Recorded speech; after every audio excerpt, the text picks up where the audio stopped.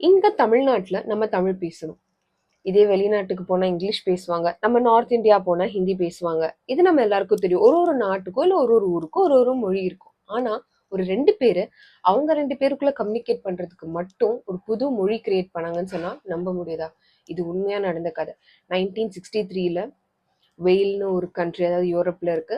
அங்க ஒரு ட்வின்ஸ் பிறக்குறாங்க. அவங்க பேரு ஜூன் அண்ட் ஜெனிஃபர் கிப்பன்ஸ். இவங்க 2 பேருமே வந்துட்டு சின்ன வயசுல இருந்து ஒண்ணாவே வளர்றாங்க. ஆப்வியஸா சிப்லிங்ஸ். அதுவும் இவங்க ட்வின்ஸ் எப்பவுமே ஒண்ணா இருக்காங்க.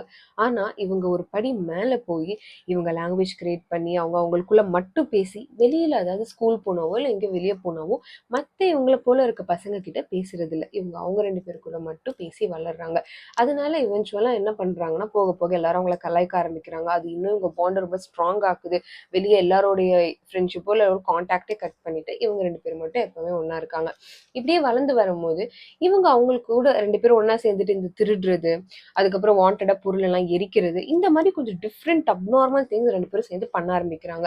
அதனால வீட்ல அவங்க என்ன யோசிச்சு அவங்க 2 பேரையும் கொண்டு போய் ஒரு சைக்கியாட்ரிக் ஹாஸ்பிட்டல்ல அட்மிட் பண்றாங்க. 2 பேரும் அவங்க ஆல்மோஸ்ட் 19 இயர்ஸ் இருக்கும்போது சேர்க்குறாங்க. அங்க 11 இயர்ஸ் 2 பேரும் ஒண்ணா இருந்துடுறாங்க.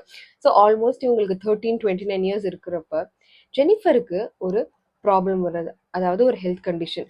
அவங்கள உடனே பதறி போய் ஹாஸ்பிட்டல்ல அன்னைக்கு சேர்க்குறாங்க. அன்னைக்கு ஈவினிங்கே இவங்க இறந்துட்டாங்கன்னு டாக்டர் சொல்றாங்க. ஏன்னு பார்த்தா ஒரு ரேர் ஹார்ட் கண்டிஷன் இவங்களுக்கு வந்திருக்கு. ஆனா எதுக்காக வந்துச்சு, எப்படி இப்படி வந்துச்சுன்றது இப்போ வரைக்கும் தெரியல. ஒரு பாய்சனாலே இல்ல வேற ஏதாவது ஒரு இதனால எக்ஸ்டர்னல் ஃபேக்டர்ஸ் எது அஃபெக்ட் பண்ணி ஹார்ட்ல அந்த இஷ்யூ வந்துச்சுன்னு இப்போ வரைக்கும் யாராலையும் கண்டுபிடிக்க முடியல டில் டேட். ஜெனிஃபர் இறந்துடுறாங்க. ஜூன் கிட்ட போய் எப்பவுமே கேட்பாங்கல்ல, அந்த மாதிரி அங்க இருக்கிறவங்க அந்த சைக்கியாட்ரிக் ஹாஸ்பிட்டல்ல இருக்கிற ஒரு இன்சார்ஜோ இல்ல யாரோ ஒருத்தவங்க, இல்ல ரிப்போர்ட் ஜேர்னலிஸ்டான்னு தெரியல, ஒருத்தவங்க போய் கேட்கும்போது அவங்க ரிப்ளை பண்ணது எல்லாருமே ரொம்ப ஷாக்குள்ள, அப்படியே ஒரு மாதிரி அதிர்ச்சிக்குள்ள ஆக்குச்சு. என்ன அவங்க ரிப்ளை பண்ணாங்கன்னா, ஃபைனலி ஜெனிஃபர் ஒரு வழியா ஜெனிஃபர் வந்து அவ லைஃப் எனக்காக கொடுத்துட்டா. அவ இப்போ இல்ல. நான் இனிமேல் என் லைஃபை ஃப்ரீடமோட, அதாவது ஒரு விடுதலை பெற்ற மாதிரி ஒரு தனியா சந்தோஷமா என் லைஃப்பை வந்து நான் இனிமேல் லீட் பண்ண முடியும். ஹாப்பி இல்லை, பட் இனிமேல் நான் நிம்மதியா இருப்பேன், லைஃப்பை நான் லீட் பண்ணுவேன்னு சொன்னாங்க.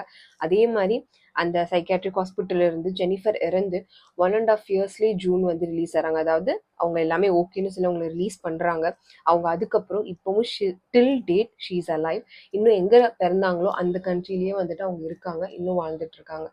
இப்போ வரைக்கும் ஜெனிஃபர் வந்து எதுக்கு எப்படி இறந்தாங்கன்றது யாருக்குமே தெரியல. இதே போல நிறைய கண்டென்ட் வேணும்னா என்னோட சேனலை சப்ஸ்கிரைப் பண்ணுங்க.